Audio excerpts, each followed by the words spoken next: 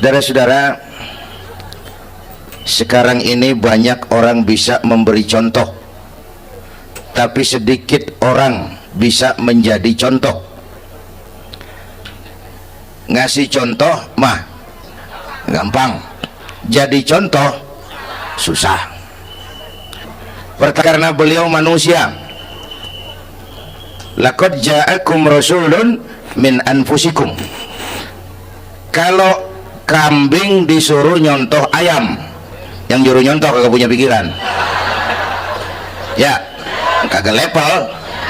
Kambing mah nyontohnya kambing, kebo nyontohnya orang, nyontohnya orang. Makanya Nabi kita orang, bukan malaikat, bukan jin, bukan dewa, manusia. Kalau manusia disuruh nyontoh manusia, itu perintah masuk akal, predispositionnya sama. Kalau disuruh nyontoh malaikat mah ribet kan. Malaikat bagaimana nyontohnya, dia mah tidur kagak, makan kagak, sama duit budek, sama perempuan kagak open, lah susah nyontohnya. Ya, Superman tuh biar hebat nggak bisa dicontoh Superman, bagaimana terbangnya, lagian pakai celana dalam di luar kan, nggak bisa dicontoh Superman mah.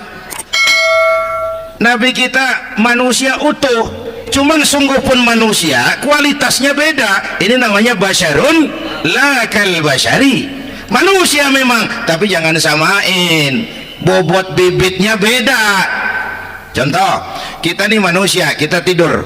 Nabi kita manusia, beliau tidur. Tidur Nabi, tidur mata doang, hatinya nggak pernah tidur. Tuh bedanya sama kita tuh. Tidur kita keblek, asal tidur habis-habisan. Lagi, kita manusia, kita keringetan. Nabi kita manusia, keringetan. Keringet Nabi harum wangi, bau minyak kasturi, zaman belum ada parfum. Keringet kita udah rasain aja masing-masing dah, jangan pakai dikebet udah. Contoh lagi, kita nih manusia nih, kita beludah nggak? Nabi kita manusia, beliau juga beludah. Ludah Nabi obat, ludah Nabi. Itu kan waktu mau hijrah kan sama Sayyidina Abu Bakar, sampai di Gua Sur, Sayyidina Abu Bakar bilang, saya turun duluan ke gua ya Rasul. Ngapain? Bersihin gua, takut ada binatang berbisa. Silakan turun. Sayyidina Abu Bakar bersihin gua, bener tuh, tangannya digigit kalajengking, sakit, ngebet, bengkak. Kalajengking Arab ya, emang di Arab kejadiannya. Herem nyaut aja bener, ditahan aja, udah aman ya Rasul, silakan turun. Lama-lama dalam gua berduaan kelihatan juga Sayyidina Abu Bakar mukanya pucat. Nabi tanya, mabalu kayak Abu Bakar? Abu Bakar kenapa? Nggak apa-apa. Berat meninggalkan Mekah? Enggak. Malas hijrah ke Madinah? Enggak. Takut diubur-ubur Quraisy? Orang kata enggak, itu mah enggak. Lah kenapa muka kamu pucat? Tangan digigit kalajengking.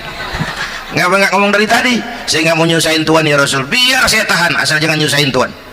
Jangan begitu kau. Sini tanganmu, diambil sama baginda Nabi. Bismillahirrahmanirrahim. Cuh, diludahin, ringkes, sembuh saat itu juga. Ludah Nabi. Pengen tahu kita yang ludahin, bengkak campur koreng. Satu tuh alasannya kenapa Nabi dijadikan contoh, karena manusia. Kalau manusia disuruh nyontoh manusia pasti bisa dong ya. Yang kedua, karena tadi kata Bang Haji Umar, pribadinya itu pribadi yang multidimensi. Mau nyontoh apa? Pak, saya ini pengusaha Pak.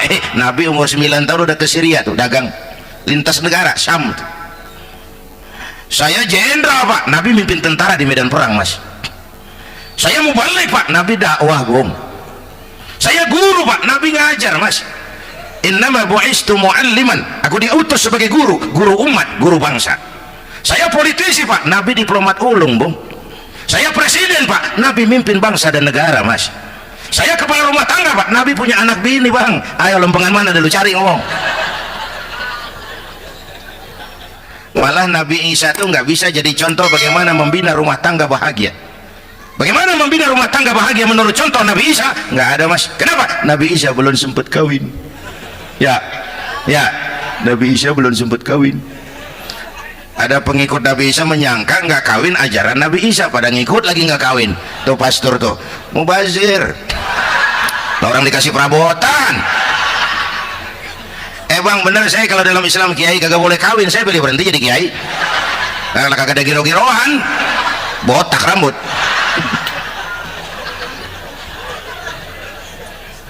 Makanya Bang Haji Omar cerita poligami saya girang banget tadi, bukan yang ngomong ahlinya soalnya.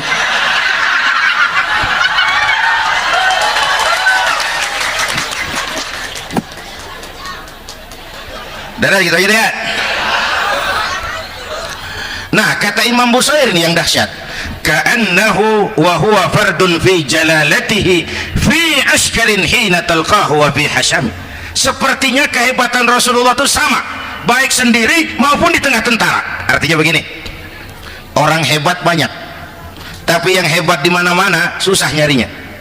Baginda Rasul ini lagi duduk hebat, lagi jalan hebat, ada di pasar hebat, lagi di masjid hebat, di medan perang hebat, di depan anak-anak hebat, di mata musuhnya hebat, di depan sahabatnya hebat, di mata istrinya hebat, di mana-mana hebat. Lah susah cari orang begini bang. Ya kita mah hebat juga setempat, di kantor hebat, sekantor orang diomelin, di kantor pulang ke rumah dikeplak sama bininya diam aja. Ini di depan bininya dia kagak hebat dia mah. Oke, lalu kalau begitu soalnya apa yang mau kita contoh? Saya sampaikan 3 aja. Pertama, Nabi kita ini tokoh yang sejak kecil udah ditempa kesusahan. Bu, tadi kata Bang Haji, Islam mengangkat derajat kaum perempuan karena perempuan banyak melahirkan orang besar.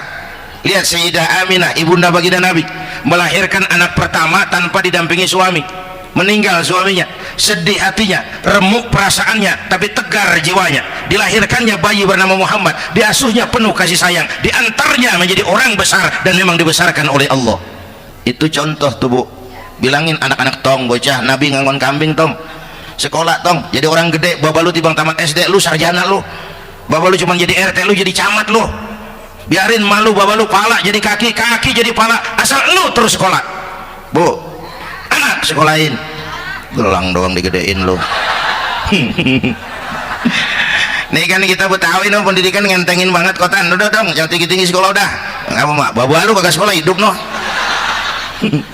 Hidup dong pun jamu monyet juga hidup. Bu, anak sekolahin.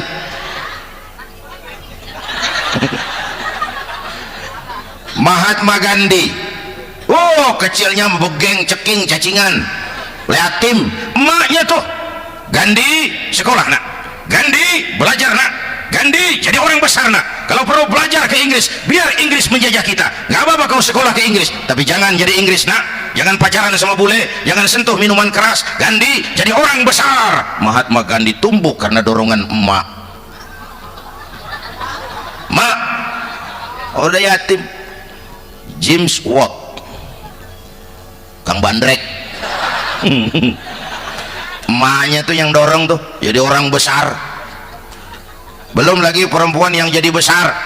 Di Indonesia ada Kartini, di Jawa Tengah ada Dewi Sartika, di Jawa Barat Dewi Sartika, di Bengkulu ada Fatmawati Soekarno sang penjahit bendera merah putih, di Aceh muncul Laksamana Malahayati, disusul kemudian oleh Cut Nyadin, baru kemudian muncul Cut Koko, Cut Meme, Cut, ya udah tak cut lain dah.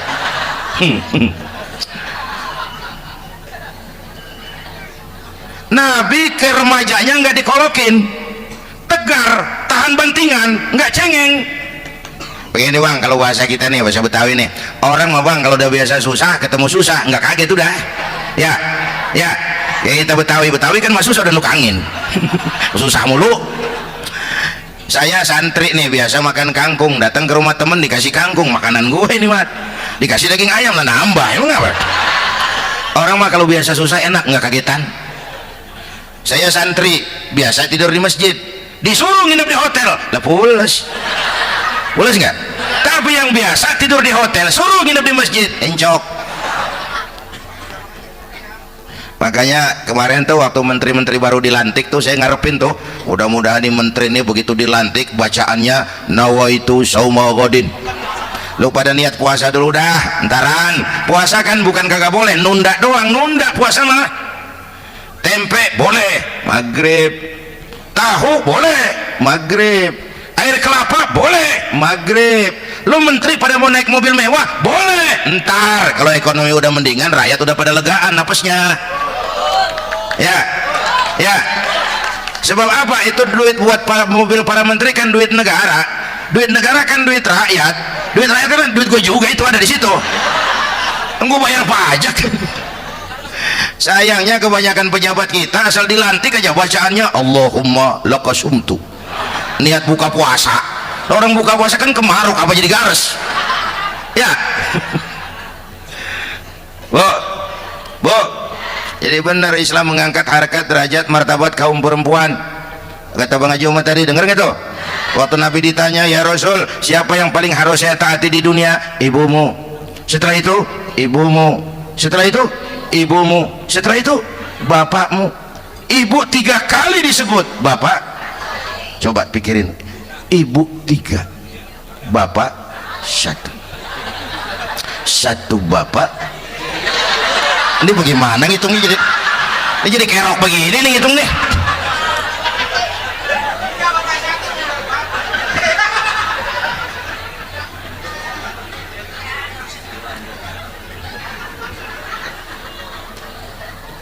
Jangan takut ngadepin susah, hidup nih keras, kerja keras, peras keringat, banting tulang, ya Bu. Satu. Yang kedua, contoh dari Nabi, orang yang paling bersih hatinya Rasulullah, orang yang paling baik akhlaknya Rasulullah, orang yang bahkan sudah dapat jaminan ampun dari segala dosa Rasulullah. Tapi orang yang kalau sholat malam sampai bengkak kakinya karena rajin sujud Rasulullah. Aspek ibadah apaan? Diam-diam giliran gue ini ngomong. Lo ngomong lagi udah gue pulang. Canda neng. Udah gantian ya. Ya. Apaan urusan? Orang yang dosanya udah dapat jaminan ampun, kalau salat malam bengkak kakinya karena rajin sujud. Saya tahu di sini juga banyak yang kakinya bengkak. Semurad. Oke. Kira-kira 3 minggu yang lalu saya menghadiri haul akbar Syekh Maulana Malik Ibrahim di Gresik, haul ke-609. Dari situ saya ke Surabaya ikut zikir sama keluarga besar Tarbiyatul Qulub. Waktu zikir saya terkejut, ada kalimat yang dibaca ratusan kali menyentak perasaan saya. Kalimatnya sederhana, kita hafalah, itu kalimat ana Abdullah. Dibaca ratusan kali, ana Abdullah, ana Abdullah, ana Abdullah, ana Abdullah. Buat saya itu menyentak karena memperteguh komitmen, saya hamba Allah, saya hamba Allah. Itu mah Pak Zainuddin kan biasa, itu mah kita semua juga hamba Allah. Betul. Ayo kita bikin luar biasa. Saya mau tanya, bapak ibu hamba Allah apa bukan? 3 orang. Ibu hamba Allah apa bukan? Hamba Allah. Kata siapa? Nah, kata ibu sendiri. Kalau kata sendiri pan namanya pan ngaku. Ya, orang ngaku mah boleh dong, tiba ngaku, namanya juga ngaku. Cuman diakuin apa enggak kita pan belum tahu. Ngaku mah murah, diakuin mahal. Ya, yang gampang dah. Ibu kenal sama Presiden SBY? Kenal. Presiden SBY kenal sama ibu? Lo ngaku, lo ngaku.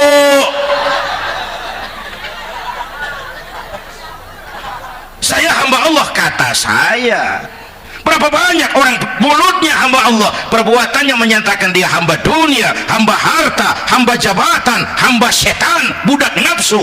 Nggak sesuai ucapan sama perbuatan. Yuk jadi hamba Allah yang beneran.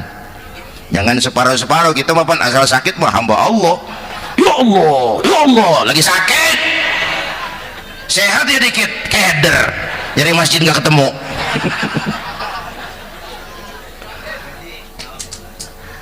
Apalagi kata Bang Haji tadi nih, kita nih kan zaman entertain nih, orang pada pintar bikin bungkusan sekarang Bang. Ya, abad entertain, orang pada bangun pencitraan. Tadi itu kiai sama dukun tipis bedanya. Dukun pada pasang iklan sekarang, ketik reg. Waduh, sampean lahir hari Selasa, nggak cocok di air, ono di hutan sono, larang udah dagang es jadi berhenti, nggak cocok di air.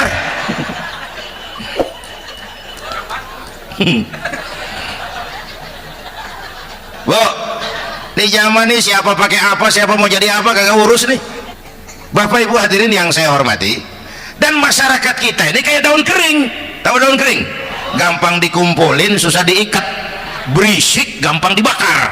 Tuh daun kering. Penyakitnya kutil, kurang teliti, cepat heran, gampang kagum. Cepat heran, gampang kagum. Dulu ada tuh satu hari tabrakan di jalan kenceng, buah, korban jatuh belepotan darah, dikerubungin orang banyak. Datang wartawan mengambil gambar dari dekat, susah, orang banyak bener ngerubung, cari akal nih wartawan. Tolong saya dikasih jalan ke dekat korban. Orang nengok semua. Saudara siapa? Saya bapaknya korban, katanya.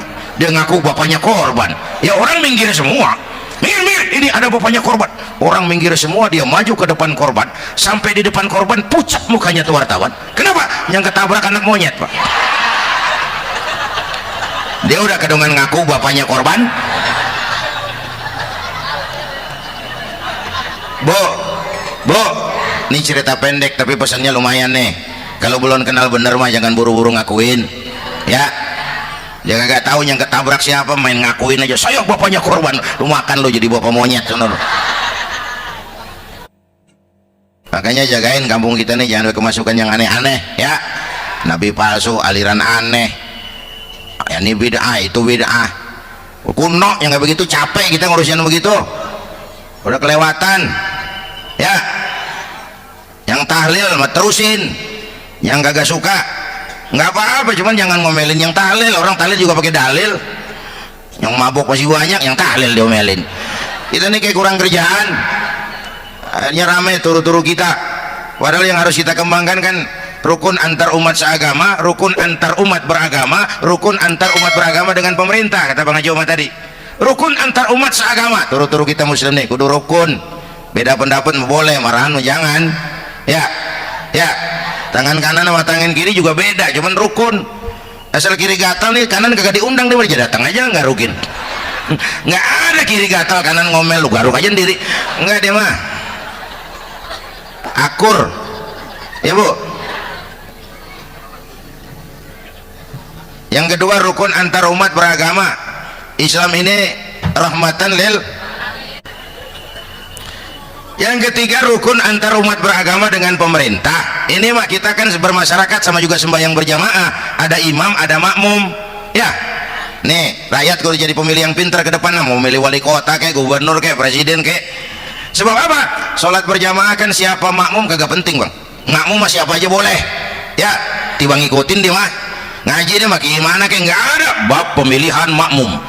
Nggak usah, makmum mah kagak usah dipilih, siapa aja boleh, ya. Bang, tuh orang budak, Bang, boleh jadi makmum. Bacanya kagak fasih, boleh jadi makmum. Ketinggalan satu rakaat, boleh jadi makmum. Tapi nggak tiap orang boleh jadi imam. Siapa yang dipilih jadi imam? Pertama a'lamuhum, kata Nabi. Orang yang paling alim di kampungmu siapa? Angkat jadi imam. Yang paling alim, bukan yang paling tua. Tua juga kalau kejemur kisut.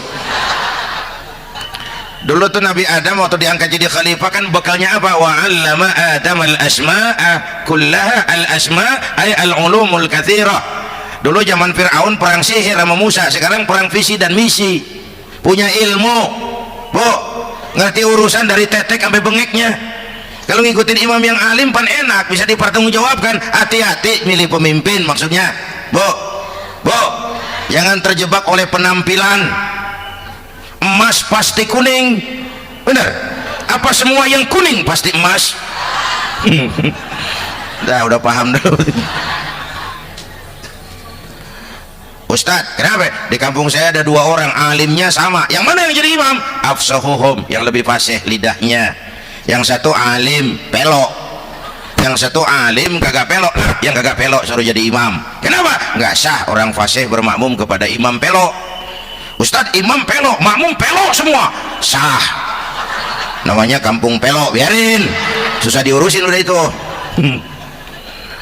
Apa sih artinya fasih? Yang enak deh, nyambung. Pegel kalau punya pemimpin kagak nyambung sama rakyat. Ya, rakyat mau yang ngidul deh ngalor, rakyat mau yang ngulon deh ngetan, lah kan capek rakyat, kagak nyambung. Makanya kalau jadi imam pesan Nabi, idza amma ahadukumun nas falyukhaffif. Kalau kamu jadi imam, ringankan sholat kamu. Itu makmum nggak sama kekuatannya, jangan panjang-panjang. Kalau jadi imam kudu tahu keadaan makmum. Tuh makmum ada yang udah tua rentak, diri aja udah gemeter, ada yang punya darah tinggi, kalau sujud kelamaan palanya ngebet, ada yang udah janji tuh makmum habis sembahyang mau terima duit. Kalau imam kelamaan, kalau sodan makmum ya nyambung.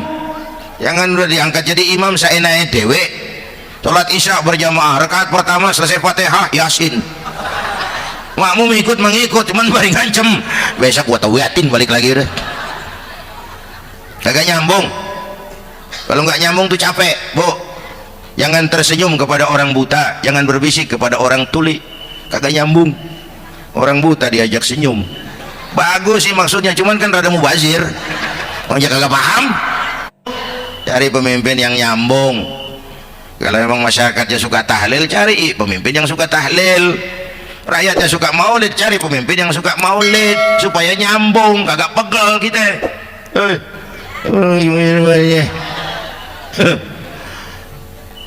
Bapak Ibu hadirin, saya balik urusan kita. Nyonton Nabi ibadahnya luar biasa, Bu. Kita ini perlu Allah. Kita ini perlu Allah. Semua kita perantau di bumi Allah ini. Perantau pasti pulang.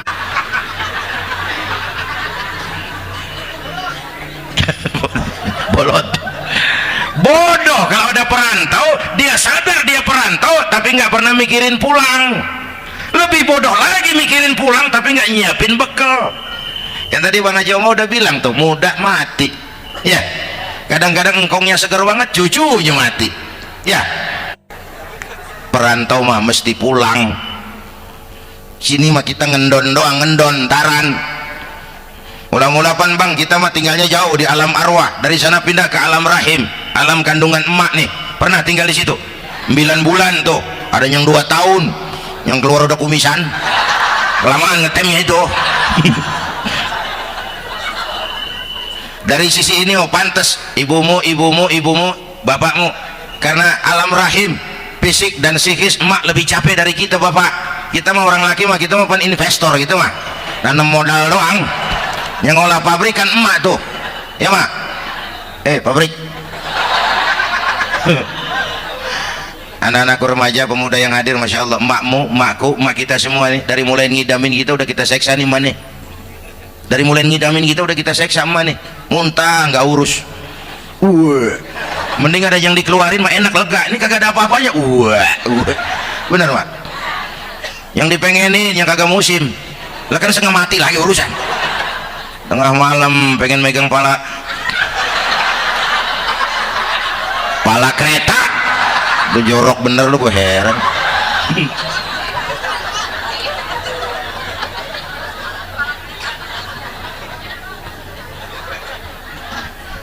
Bapak Ibu hadirin, yang ketiga terakhir, contoh dari baginda Nabi, modal utama perjuangannya adalah akhlak.